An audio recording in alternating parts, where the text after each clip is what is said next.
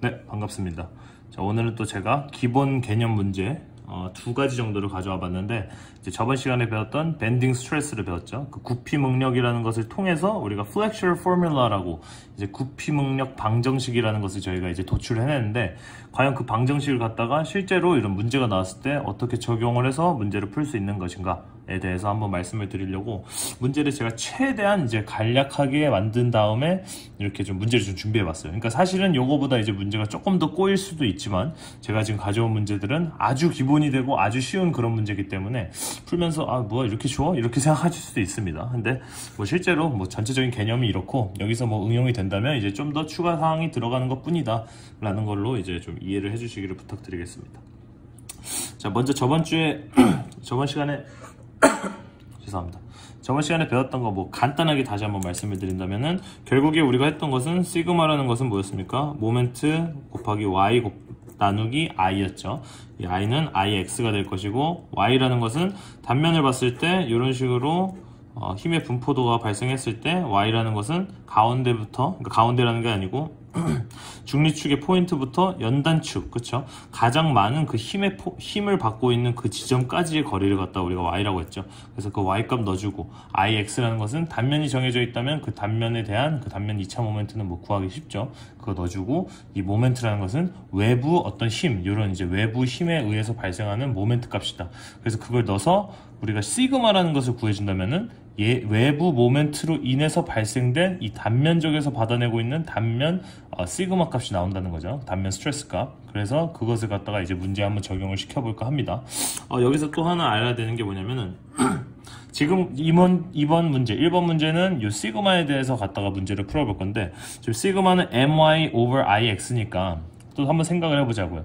이 시간에는 지금 이 식에서는 지금 총 4개의 미지수가 있죠. 그러니까 문제가 총 꼬인다면은 4가지로 이렇게 나올 수 있다는 거죠. 뭐 첫 번째 문제 같은 경우는 시그마에 대해서 문제가 나올 수도 있고, 두 번째는 모멘트에 대해서 나올 수도 있고, y에 대해서 나올 수도 있고, ix에 대해서도 나올 수 있다는 겁니다.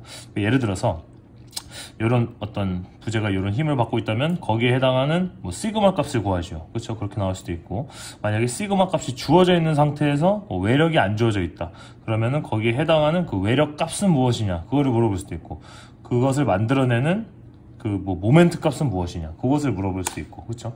혹은 뭐 만약에 단면이 주어져 있지 않습니다 그러면은 거기다 뭐 시그마랑 뭐 모멘트 값이 주어져 있는 상태에서 그럼 이 y나 ix 값은 무엇입니까? 이런 식으로 이제 꼬일 수 있다는 거예요. 그래서 오늘 가져온 거는 첫 번째로 이 시그마에 대한 문제랑 두 번째는 이 모멘트에 대한 문제, 그 두 가지 문제 한번 풀어보도록 하겠습니다.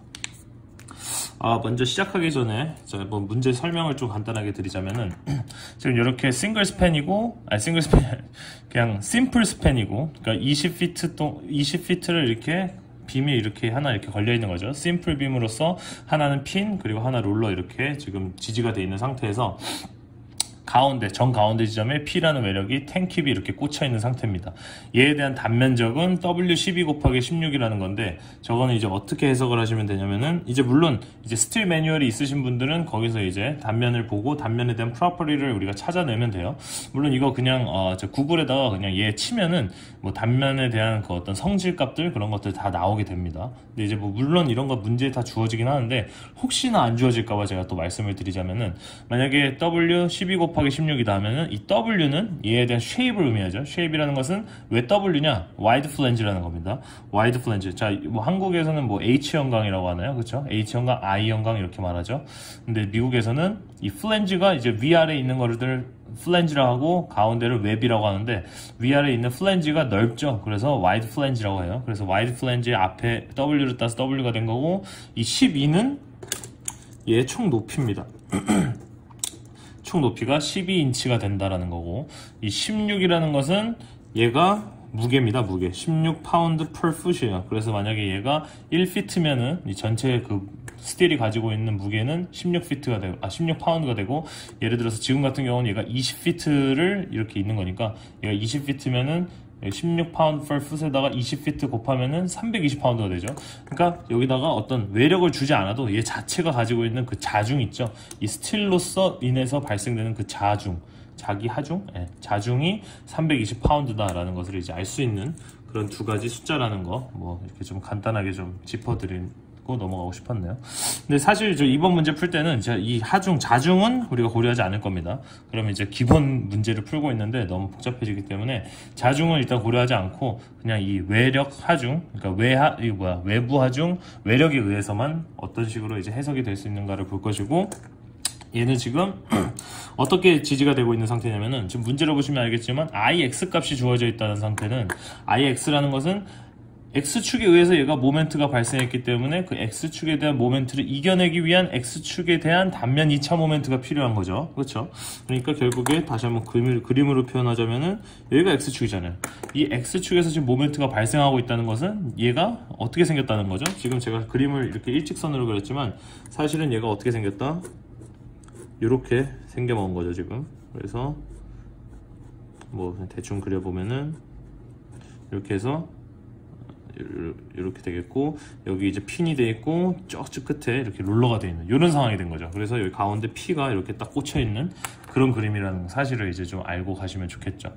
그랬을 때 이 시그마 A라는 거, 이거 시그마 A라는 것이 뭐냐, 이 A라는 거 이제 앞으로 문제 계속해서 나오기 때문에 제가 한번 짚어드린다면은, A라는 것은 allowable의 A를 딴 거예요. allowable, 그러니까 allowable이 뭐 허용되는, 뭐 허용하는, 뭐 이런 식으로 이제 해석이 되나요? 그렇죠?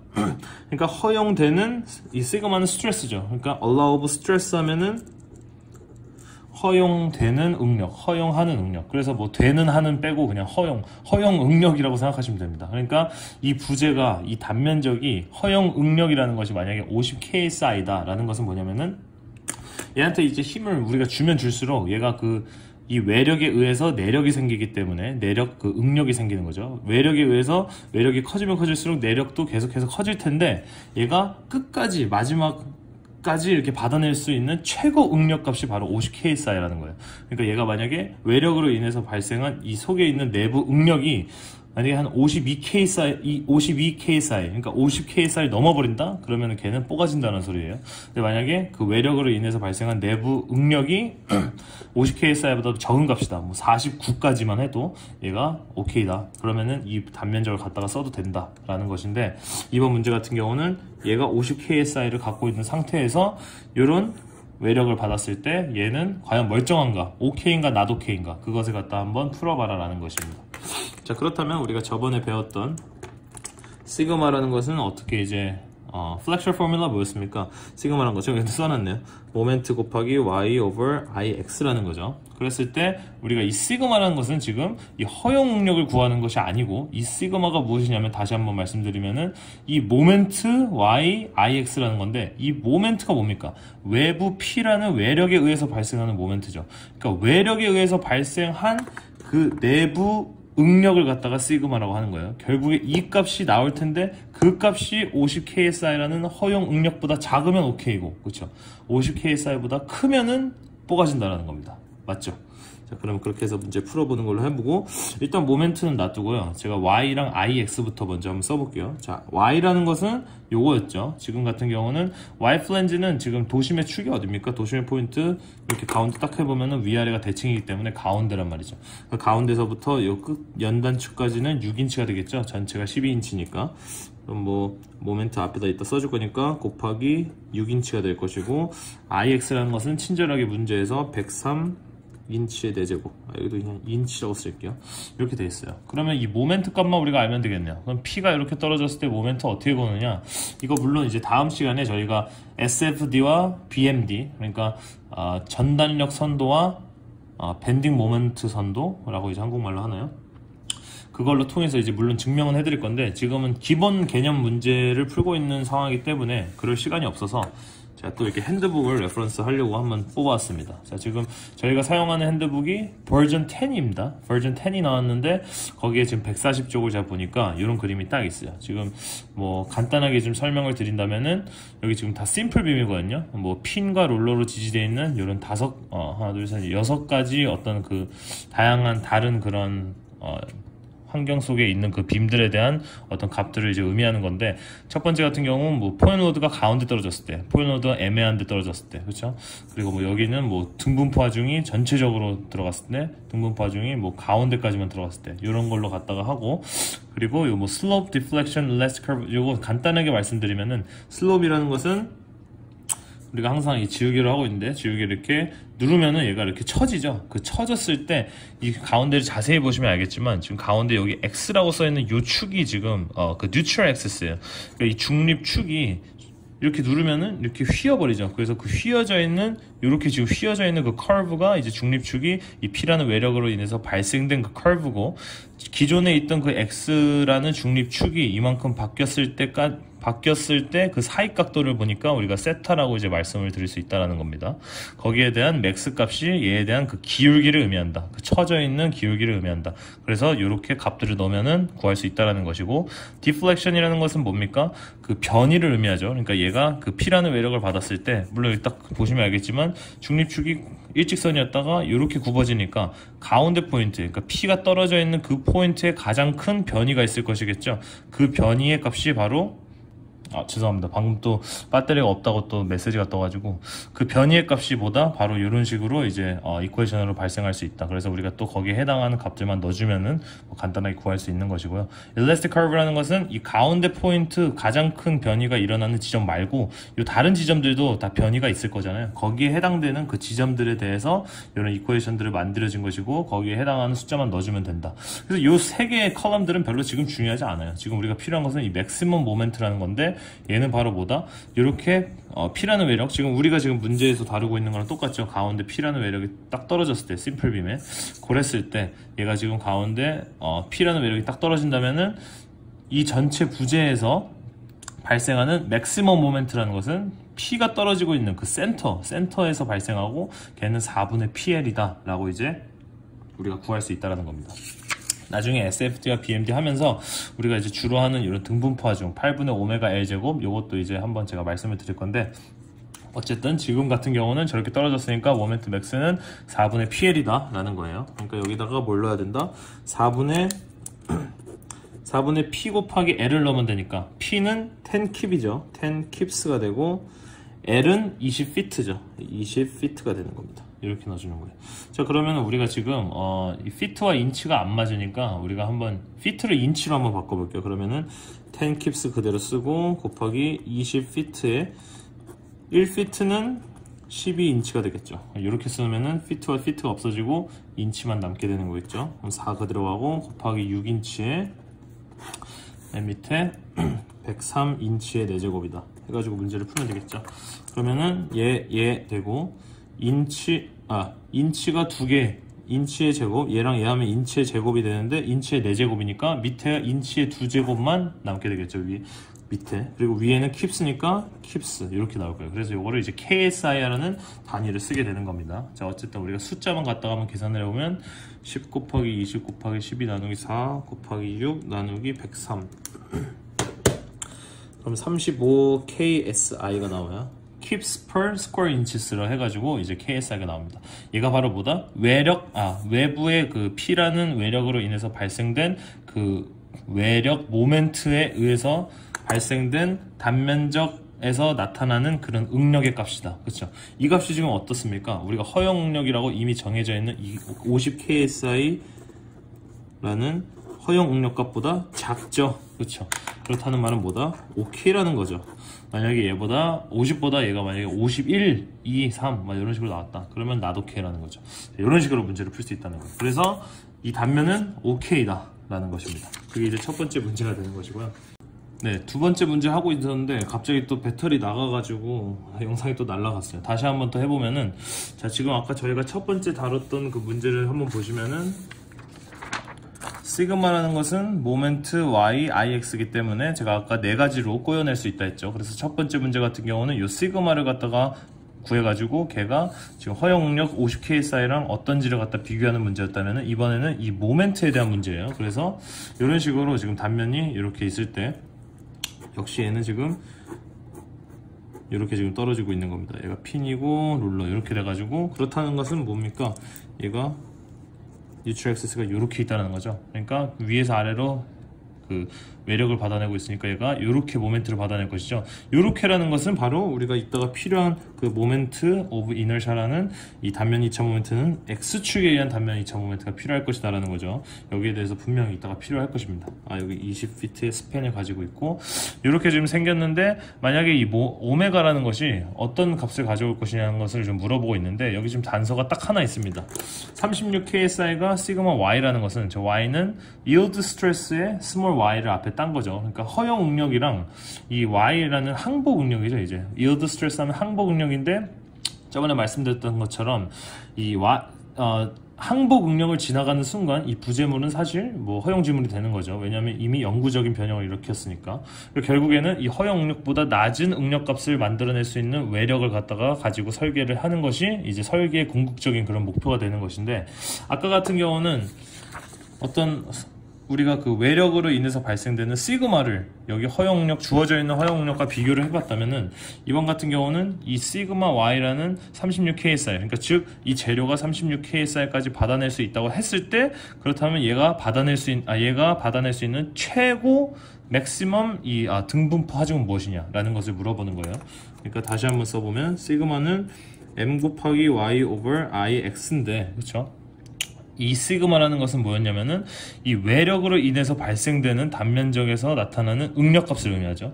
근데 그 응력값이 지금 36KSI가 되게끔 만들어라는 거죠. 그러니까 얘가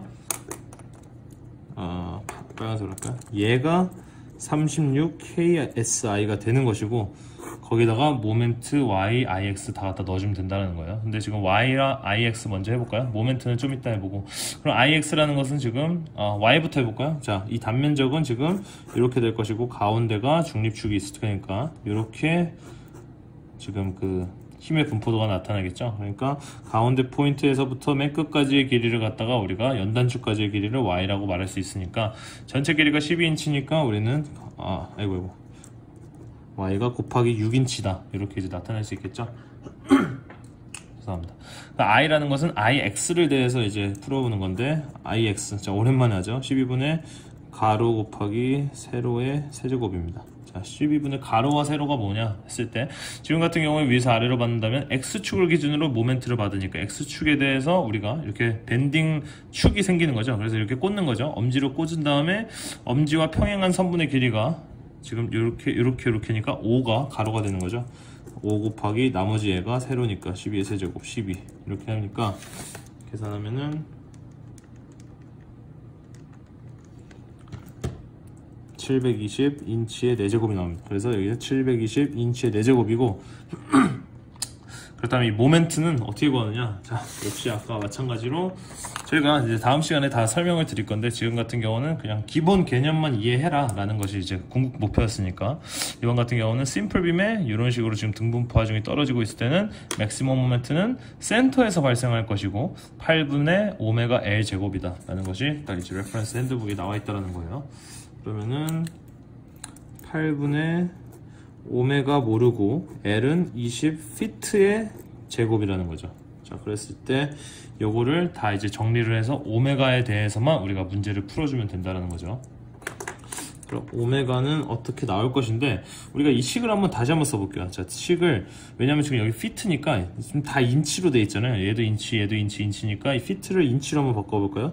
20피트 곱하기 1피트가 12인치가 될 것이고, 제곱을 해주고 8분의 그리고 곱하기 6인치 그리고 전체 720인치의 4제곱이다 이렇게 되겠죠.